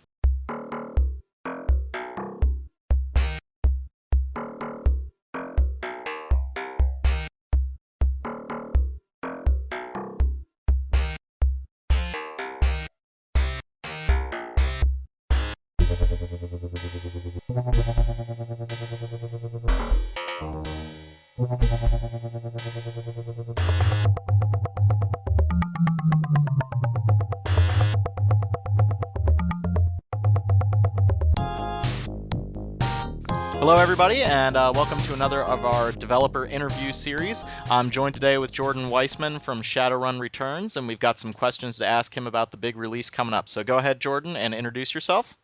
Hey guys and girls, it's Jordan Weissman from Harebrained Schemes, and we're really psyched to be about to ship this game we've been working so hard on for a year. Yep, we're recording this Thursday afternoon right now, and the game comes out next, Wednesday? Next Thursday, a week Next from Thursday. today. Excellent. I got my Steam beta key in the email the other day, and I was really excited. It feels like it's actually going to happen. It's because it is. Awesome. So a couple of questions for you today. We'll try to keep the interview as short as possible, but I wanted to start by saying you guys have really opened up the class system in the game. You have all the different classes from the Shadowrun universe. How do you go about creating gameplay that can be enticing for somebody who wants to play a Decker, a really hacking character class, or somebody that wants to play a samurai that's more like a melee tough guy? Like, how do you go about doing that? Well, it is a challenge, and one of the challenges one of the very large challenges we gave for ourselves was opening up that choice, that character design choice in our campaign, so that people could choose any of the races and any of the kind of starting archetypes, and that is a real challenge to try to make sure that every archetype feels like they've got enough to do in the course of the campaign. Now, part of the reason we did that is because we don't view Shadowrun by this one campaign. Right, this 12-hour campaign that's coming with the game, we don't view that as the story of Shadowrun. We view that as the first story of Shadowrun. And between the tools that we've released to the audience, that every person who buys the game is going to have the complete editor, as well as our campaign in editor format, so they can take it and go anywhere they want with it, as well as create wholly original content. We think that it was important for us to open up all the archetypes because in the hopefully enormous number of campaigns that are going to be created and stories that are going to be created, every archetype is going to be able to have plenty to do. Mm-hmm. In the 12-hour campaign we tried to make sure that there were a handful of places in the campaign that each archetype got to shine. You mentioned the Deckers. Well, that's that's a key part. There are a number of places where there's kind of small hacking things, but then there's a handful of really big matrix runs where the Decker actually gets to go off on and do the matrix run itself. Mhm. So we tried to find those kind of points. Same with the rigger. You can always use your drones in combat, but there are places in the campaign where the drones can go places that other people can't. Mhm. So we tried to find like I say, a handful of each of those examples for every archetype throughout the campaign. With the different character classes and the different races, does that open up like new dialogue options? Like, does an orc character kind of get to be the tough, burly guy when he's talking to somebody? When you do the dialogue options in the game? Yes. Again, it's on a per instance basis. So the dialogue system allows the creator of the dialogue to branch dialogue based on any of the attributes of the characters. So what race he is, any of his any of its strength, any of the actual attribute strength, body, dexterity, so on, or any skill sets. As well as items that you're carrying. Mhm. So dialogues can branch and give the players all sorts of those kind of options. Now, again, in the scope of the game we couldn't make every single conversation reflect all of those choices, all those options for every type of character and every type of archetype and every type of skill set. So different conversations throughout the game reflect those in different ways, and so you'll again have those handful of opportunities for each one where it's like, oh, there's a conversation which I have an option to go down because I'm the big burly troll that the elf wouldn't have had, or here's a conversation which I'm getting presented options because I have a really high charisma, and and so on. So it does indeed have impact throughout the game, but again, in the scope, we've had to pick and choose to make sure that we spread that out appropriately. Mm-hmm, mm-hmm. And you've obviously you already talked about how you included all the mod tools in the game so people can create their own campaigns. Are we going to be releasing these campaigns through Steam so people can easily download them? Have we thought about a service for doing that just yet? Well, right now, yeah, the service that is the tightest bundled in is Steam. So you can use the Steam Workshop to upload and download content right out of the box. Sneaker Networks too. You can make your system and make your adventure and put it on a thumb drive and bring it over to your friend's house, or put it up on a Google Drive and have your friend copy it down as well. Mhm. They're just a little bit more complicated because they have to figure out where in the file structure to put it in, but it works. But yeah, the easiest way is to upload and download through the Steam Workshop. Mm-hmm, mm-hmm. Cool. Now you mentioned the hacking, which I predominantly play a Decker character whenever I go back and play the old Genesis Shadowrun. I always play a Decker. I love hacking the Matrix, and you guys included full Matrix runs in the game, and you kind of said in one of your development blogs that was like something that you guys wanted to include. You really wanted to get this Matrix element in there, but it's kind of a separate piece. Like you can't hack every terminal. So how does that work in the game? Well, yeah. So we knew from the beginning that we just didn't have the scope to deliver an entirely unique experience for decking. Excuse me. Just to be able to go off and have some kind of real time, fully immersive 3D experience, and have it ubiquitously available anytime that you hit a potential jack-in point. And so we tried to look at all sorts of kind of mini game solutions, like kind of what the Sega Genesis did, but we never found one that was very satiating to us, and so we ended up backing off and going to do a much more robust implementation of the Matrix than we had originally intended to do. And so yeah, now at this point, there are through our campaign a handful of Matrix runs where the Decker can jack in and goes off into the Matrix, which they can explore, and it's interwoven with what we call in Shadowrun Meat World, Mm-hmm. right? So that there are 3 rounds of actions in the Matrix for every 1 round in Meat World. And your character, the Decker, is there, unconscious in Meat World, and so we were able to capture a lot of that kind of drama that we always wanted to do in the pen and paper game, where you got those 2 worlds overlapping with each other and interdependent on each other, which is to us, I think, to me, the key for Shadowrun was ideally 3 worlds, right? The astral plane as well. All 3 of these planes of existence interweaving and interdependent on each other. And so in this game, we've managed to get 2 of those 3 worlds with the Matrix and the game. Now you can't go into the Matrix from any computer, any jack point, because again that requires us a lot of content load to develop the environment of the Matrix and all of the opponents that you fight and the puzzles that you solve there. But again, from a content creation standpoint, we've created the tools so that ourselves as we move on to Berlin and other content creators now with the editor can make environments that are as matrix rich as they want. So you could have the scenario where the Decker is jacked into the Matrix and doing a full Matrix run, and because of the way the turn system works in Meat World, you could have like 2 samurai trying to back them up while they're doing the deck run. Do you go back and forth in between those because it's a turn-based system, or how do you guys handle that? Just to make sure that I'm not the Decker who ends up staying in there way too long and my samurai end up getting killed. You do go back and forth, right? So as Shadowrun is a party game, it's a team, right? And the interdependency of the skills of the team is what makes a success. So yeah, as you said, you've got 2 samurai in Meat World that are defending the Decker's body as he goes into the Matrix to go unlock the doors that they need to be able to get through, or turn on cameras so they can see what's in the next room, or affect the poison gas to flood into the game, into the chambers where the guards are at, whatever. It can be really that powerful and that diverse.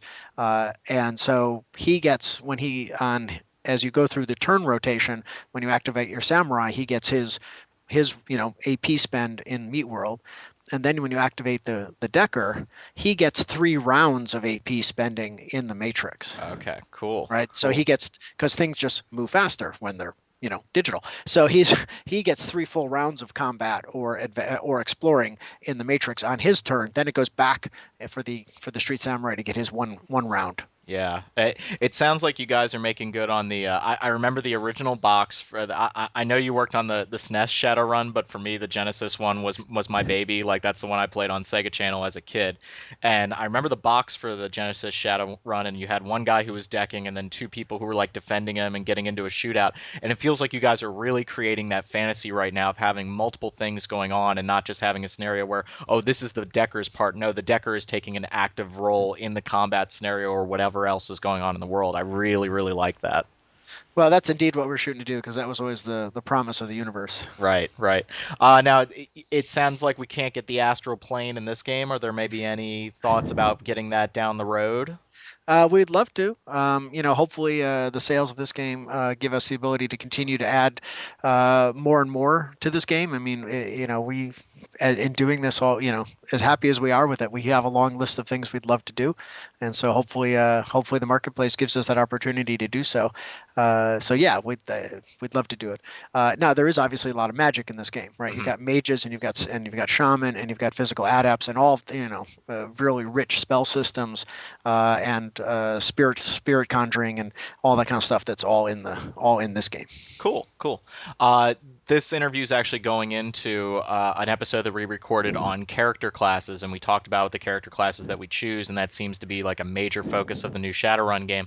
How do you go about making sure that each character class is fun? I mean, you guys have a huge number of different styles of play in the game, and just what do you guys do? Like, how do you sit down and actually come up with fun character classes and making sure that everyone's having a good time, no matter how they choose to play?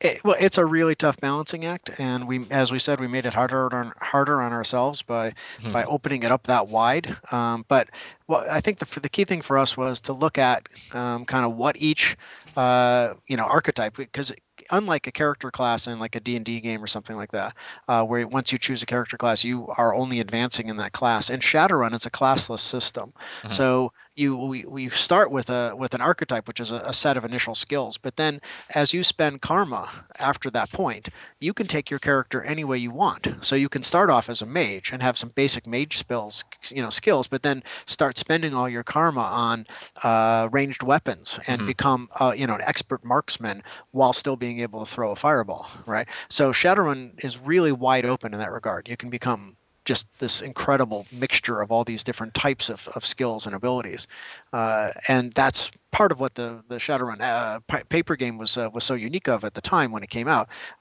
And it's also, again, challenging because the characters could become players can really take their characters in incredibly unique directions.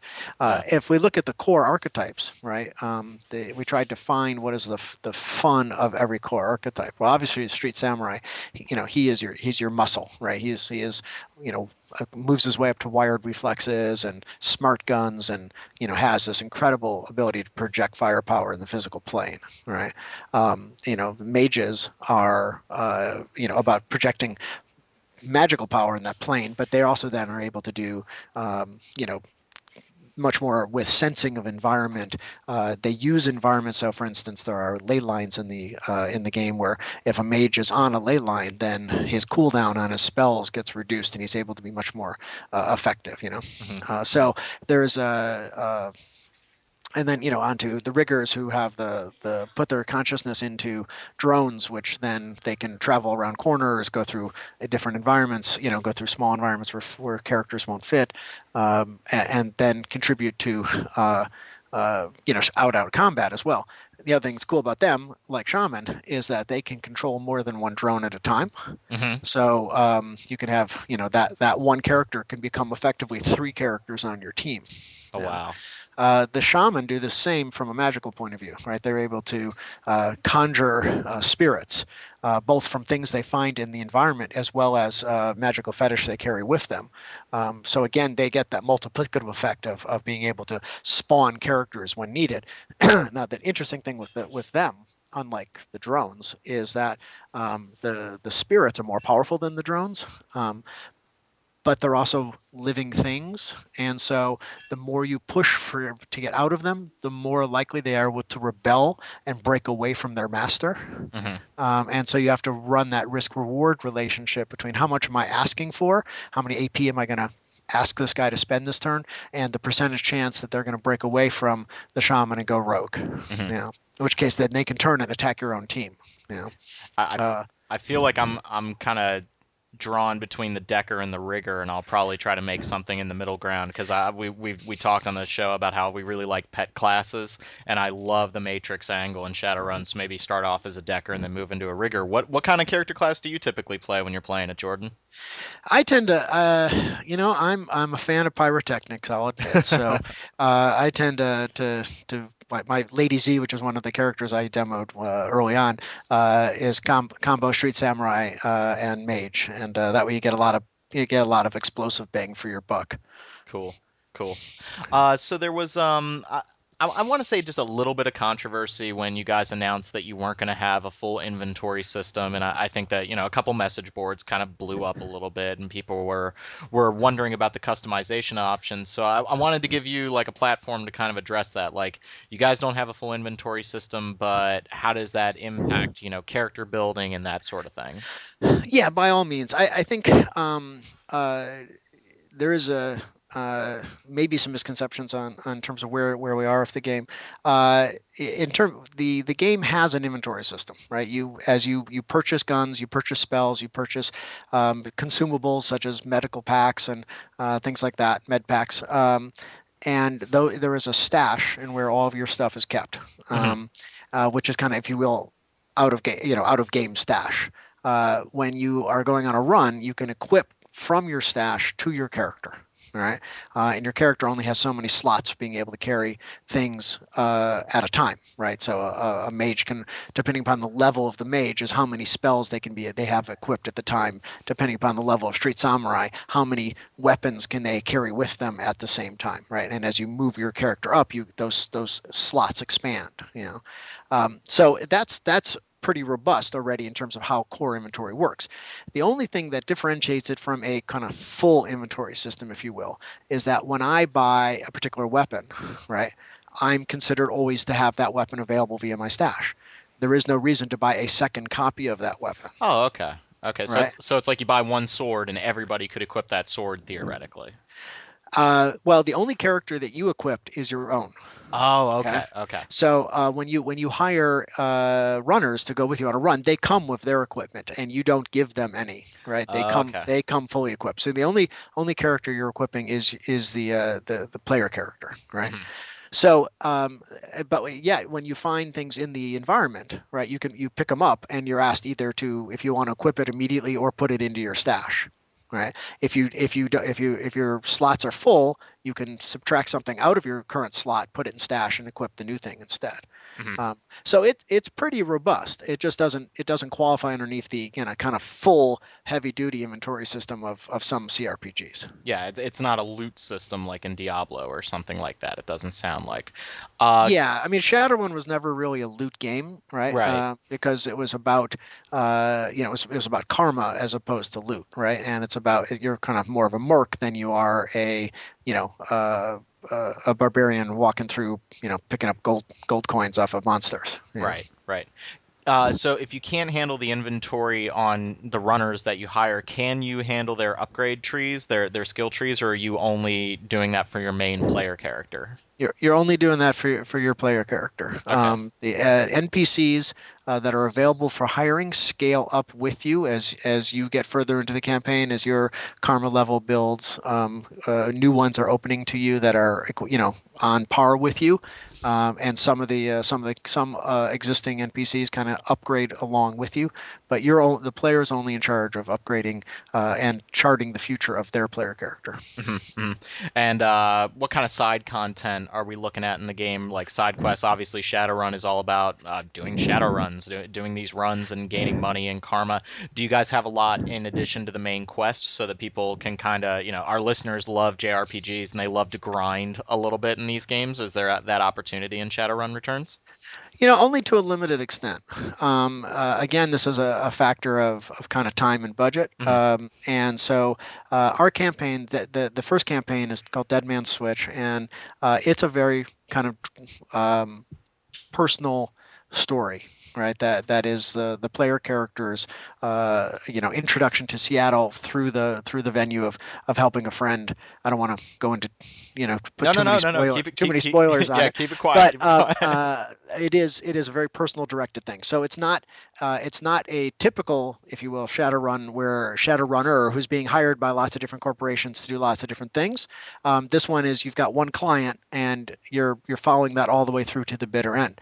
There are a couple opportunities, of course, along that plot line to go off on side missions, but they're not traditional grind. In other words, you're not going to go back and run them time after time after time. Okay. Right. Okay. Well, I got tired of carrying the same package in the Genesis Shadowrun over and over again. So. Well, and there was that kind of what we used to call, FedEx gameplay, right, where it's go pick this up, bring it over here, and we didn't want to go there because we didn't think that's not really fun. That kills time, but it doesn't add, joy to your life. So this one is that now, like Berlin, we're going in a different direction. Berlin is going to be much more the Berlin campaign that we're working on for that'll come out later is much more kind of a mercenary in that regard, where you're going to go off on a whole bunch of different runs and not a single storyline as much as we're doing here.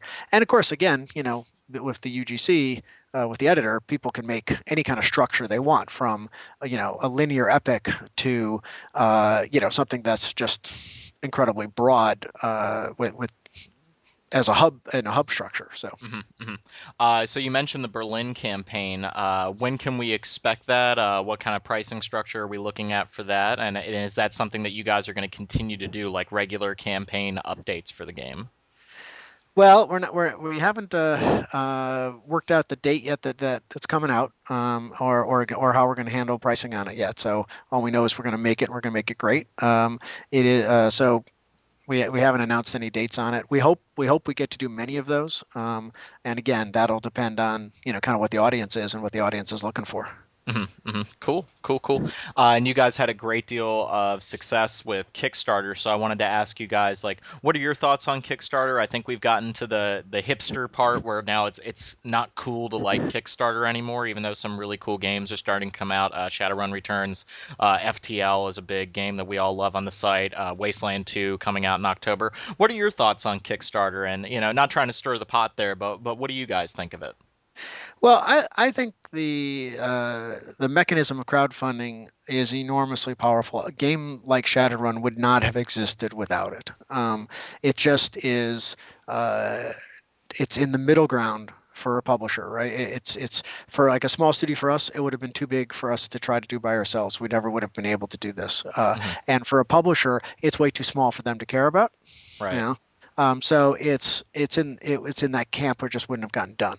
Right. So crowdfunding, I think, is fantastic to be able to enable that kind of thing. It's a bit of the Wild West though, and people are legitimately worried about getting burned by putting their energy and their money and their emotions behind projects which either don't come out or don't come out as they had hoped. And that's a part of the process that normally publishers do, right? It's them who's taking that financial and somewhat emotional risk. Even for a publisher, it's much less emotional, but the financial risk, right? And crowdfunding pushes that to the consumer. And so that's a challenge. There's no question about it. And the volume of projects is a challenge. But I think that this is kind of like Web 1.0 versus Web 2.0. I mean, I think it's something that should and will be around because I think there is value here for both the creators and the consumers and the audience to become closer associated with the creators in a much more symbiotic relationship. And I think that's a powerful metaphor that's going to continue. The actual mechanism is certainly going to mature, just like the web matured, But I mean, we're excited. We're actually we think there's really something there. We're about to announce our second project that we're going to bring to Kickstarter, and it's very, very different from what we've done here with Shadowrun, as per our title, our name, Harebrained Schemes. So we still believe that there's a great value in that relationship directly with the consumers. There's no question. I mean, our relationship with our backers on Shadowrun has been enormously beneficial to us to be able to create a game with them, for them, and have their voice as part of that. Yeah. Our EIC, John McCarroll, we were talking on the last episode, and we said that one thing that Kickstarters should really do is be honest with the community and tell them their expectations, and also keep expectations in check. And I think that with the Shadowrun Returns Kickstarter, like, you guys were very honest with the community. You didn't set the bar so high and promise amazing things. You guys kind of let the money roll in and say, hey, this allows us to add this and this allows us to do that. So I think the transparency is, I think, what a lot of consumers are looking for with Kickstarter. If you announce a Kickstarter and say, this is exactly what we're going to do, we need this much money for this step and this step and this step, well, that's maybe not realistic. So I wanted to applaud you guys for that and making sure to keep such a close tie with the community. I was constantly checking up on your blogs and seeing things, and when I finally saw The Matrix for the first time, I kind of squealed like a little schoolgirl because I was so excited to remember that type of gameplay. Well, I appreciate that, and I think I want to turn around and applaud the audience, because a lot of the times, some of the stuff we had to say wasn't always positive, right? I mean, like, even during the Kickstarter itself, we got excited. We started talking about features that when we had a calm moment went, well, there's no way we could do that, right? And we, even during the Kickstarter itself, we backed off some features. And then as you get into development, we knew we had to cut features, which is just part of development, right? And so we were, as you said, we attempted to be very transparent about that with the audience, and the audience was very supportive. I mean, a lot of people come, I really liked that feature and I was really hoping for it, but I understand it and I think they made the right call. They were supportive and of that, of the process and the reality that things have to get cut to get the game done. Right. So I guess you can't tell us what the next Kickstarter project is just yet? Nope, but soon. Okay. No, I can. Very soon. All right, I'll wait. And then the last question comes from a fellow podcaster, Steven. He has to ask, because when he saw Jake Armitage in the game, he squealed like a little schoolgirl. Are we going to find out anything about Jake Armitage, or is he kind of just there as an Easter egg for the fans? What's going on with the old amnesiac? Jake was one of my favorite characters. I had a huge amount of fun, when I made up his initial storyline in the SNES game, and he ends up playing a bigger role here than we thought he was going to start. So you get to find out more about him, and you get to work with him a lot. Cool. I'm really looking forward to it. So, Jordan, thank you very much for joining us for the interview. Shadowrun Returns comes out next Thursday, and it's available on Steam. Are you doing any other digital download services or anything like that? Nope, just initially just Steam. All right, cool. So, yeah, really looking forward to it, and thanks again, everybody, for listening.